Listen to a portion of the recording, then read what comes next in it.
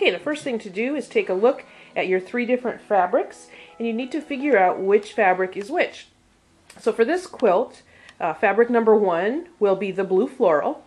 So we're going to, you can either make a note on a piece of paper or you can tag them. In our case, we're going to put a sticky note on it with a pin because of course the sticky won't stay on.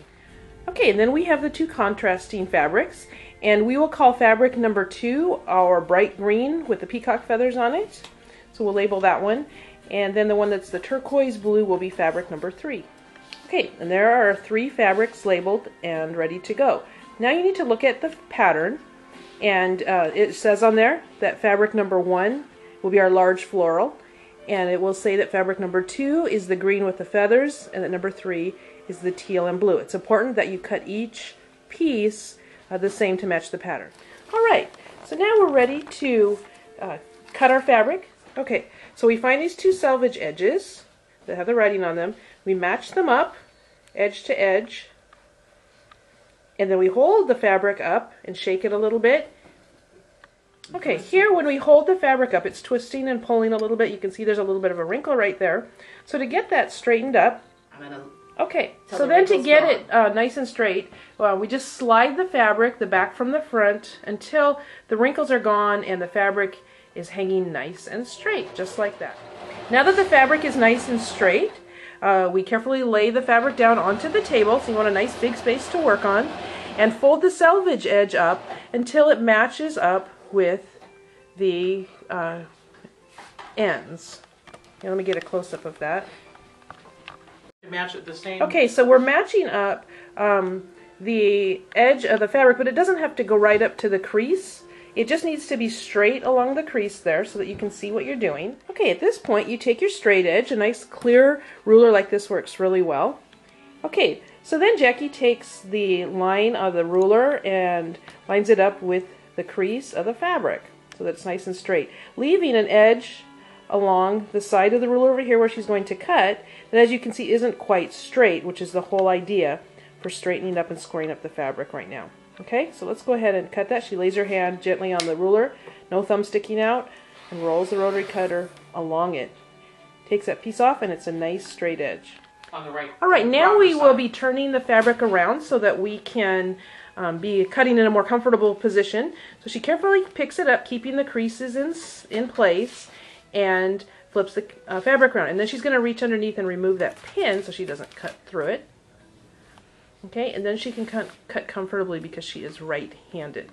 Okay, I've taken the edge that we cleaned up and I've put it here carefully on the 0 line on my board, cutting board. I've also lined this edge up along the top line of my fabric, and you can see I've done it just below the yellow line so that I can see that I'm even all the way along. That way when I cut my 6.5 inches, I know it's going to be square. So then I just count across. 1, 2, 3, 4, 5, 6. And there's the half. I'm lining my ruler up on the half. And I will have 6.5 inches from here where I'm going to cut to over here where we lined it up on the 0.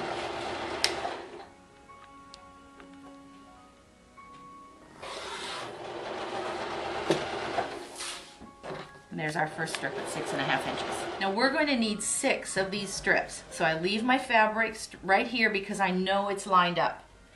So now I count out 6.5 again, knowing that I have the half here. 1, 2, 3, 4, 5, 6.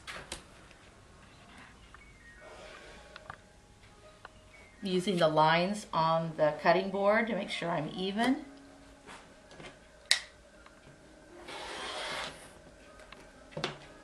And there's the second strip. I have to add a half on that one. That's what you have to remember each time.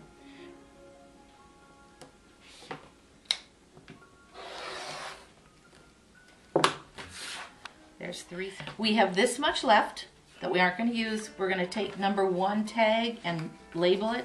So if we have questions in the future, we know this is fabric number 1. Put it right here with our strips. Next we're going on to fabric number 2. And we're going to do the same thing we did before. We're going to line up the selvages. Remember, the selvages are one that has the words on it. We're going to line up the two sides and make sure that the fabric doesn't have wrinkles in it. See, when I pull it back and forth, it has wrinkles. I'm going to do it to where it doesn't have any wrinkles.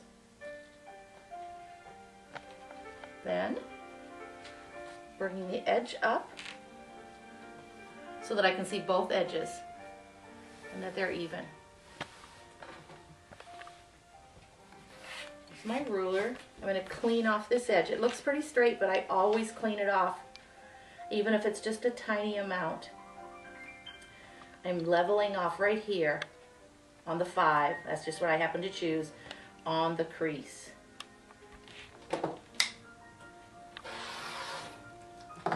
Cleaning it up. And like last time, I need to turn this over, keeping it together. Since I've done the job of evening it up, I want to keep it even. Now this time, we can use the ruler. We don't have to use the lines on the mat because we're only cutting 3.5-inch strips. We're going to be measuring 3.5 inches. Now we've got a green board, green fabric, and green on the grid. So I'm going to take a piece of blue painter's tape. This stuff is wonderful. Don't leave it in the garage. Have it in your house. I'm going to mark this right along where the 3.5 is. So that when each strip I cut, I just know it's going to be right there at 3.5. Right. I line it up down here. I line it up here, so I've got two sides. I know it's going to be a square cut. 3.5 inches. Now we need 6 of those, so I'm just going to move that out of the way a little bit. But my 3.5, again, I've got it marked. Marking it down below so I know it's square. 3.5.